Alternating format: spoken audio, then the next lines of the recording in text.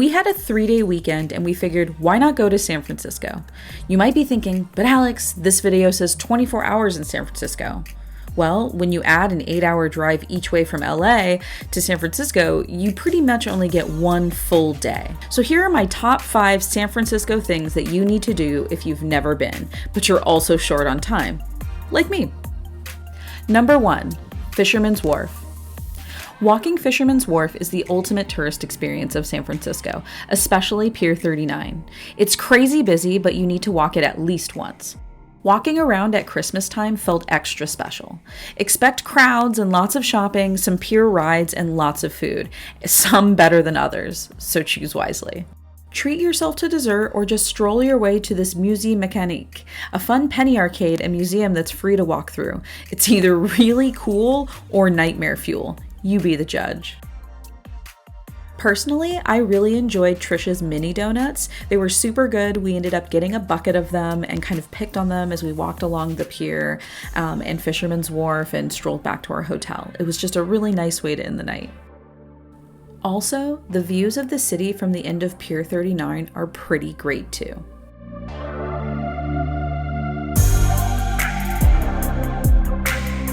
Don't forget to follow the sound of the sea lions. You'll thank me later. I just couldn't get a video because I saw them at night, but you'll definitely enjoy the view. Number 2, eat clam chowder in a sourdough bread bowl. San Francisco is pretty much the sourdough capital of the US and known for excellent clam chowder. We loved the chowder at Pier Market, located right on Pier 39, and the drinks were pretty good too, meaning they were nice and strong, and I also loved their fish and chips. Highly recommend this spot if you're walking Pier 39. It's a great option. Or do yourself a favor and eat at the quintessential Boudin Bakery to watch how the famous sourdough bread is made and get a little bit of Bay Area history along the way. There can be a wait to sit upstairs to dine in, but they have a lot to keep you entertained. Watch the bakers churn out hundreds of loaves, check out the cool historical timeline my boyfriend couldn't get enough of, or hey, just enjoy the second-story view of the Fisherman Wharf crowds.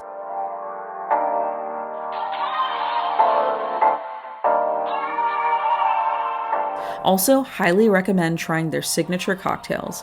I had the lemon drop. P.S. This sourdough garlic bread was amazing too.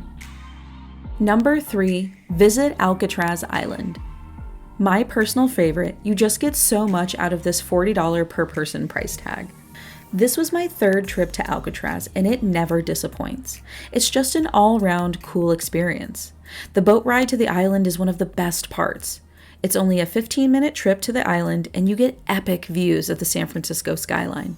The history of the island and the fact you can walk through the old prison is just such a cool experience.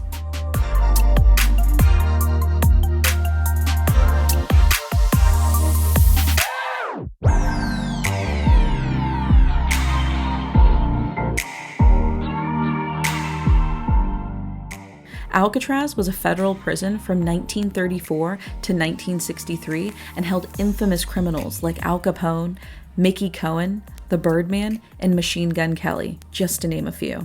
Your admission ticket includes a free audio tour that walks you through the prison, which is pretty awesome. Also, the views from the island are worth the trip alone.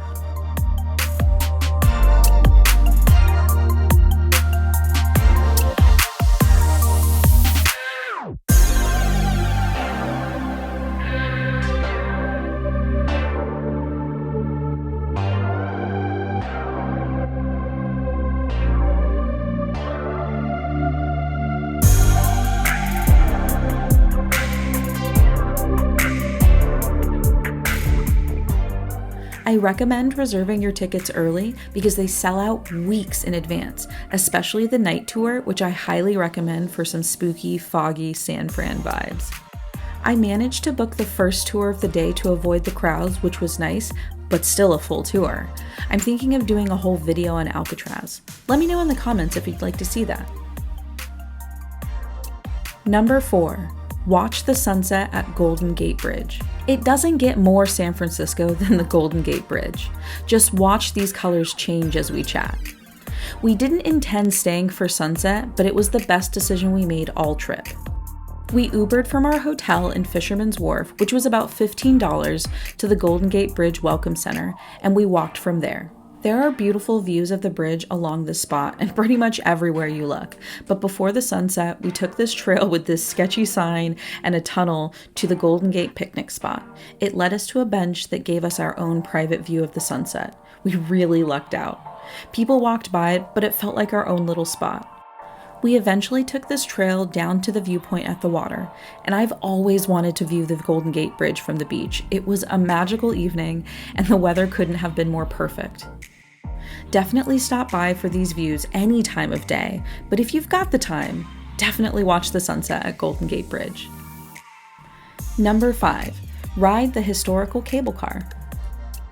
Riding the cable car is a fun way to get around and see the city, especially if you don't want to have to worry about parking. A quick walk from Fisherman's Wharf is the Powell Mason cable car turnaround, where we boarded for just a few stops so we could walk to Coit Tower.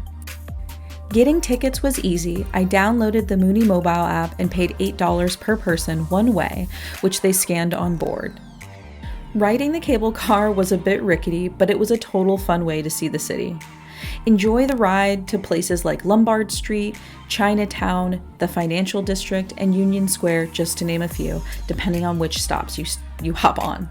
There's so much to see and do in this beautiful city, but with only 24 hours, we could only pack so much.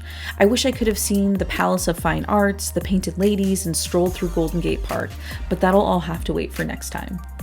With 24 hours, I don't think we did too bad. It was such a fun trip.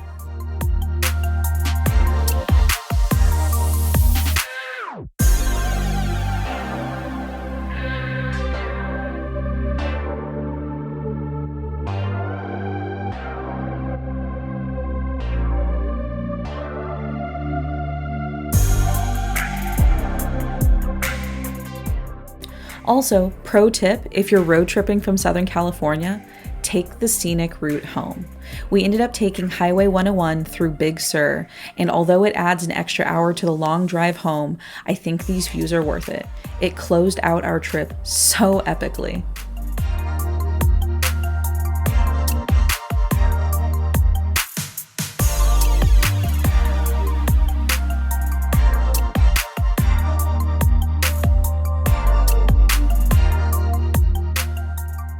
Thank you so much for watching. I really appreciate you. If you enjoyed this video, please don't forget to like and subscribe. And I guess I'll catch you in the next one.